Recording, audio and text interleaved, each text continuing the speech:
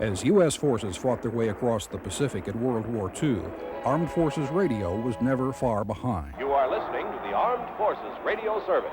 Some programs were recorded right in the war zone. Others produced stateside by a generous U.S. entertainment industry and sent overseas on what were called V-discs. V was for victory.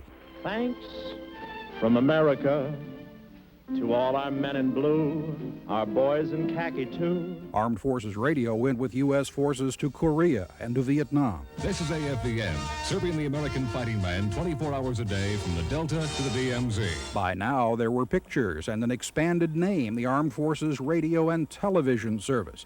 America's favorite television programs were recorded on black and white film and shipped to stations overseas.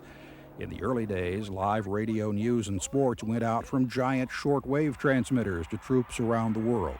Today, from its broadcast center in Los Angeles, AFRTS uses 7 satellites to send radio and television programs to overseas networks and stations that serve more than 1 million service members and their families stationed in 120 countries and on Navy ships at sea.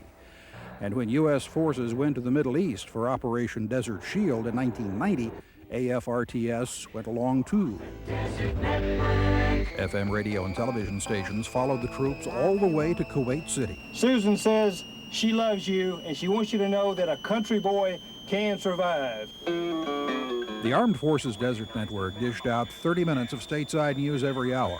But though the technology has changed, the AFRTS mission remains the same, to bring a little bit of home to service men and women far away. Warren Lee, Armed Forces Radio and Television Service, Washington.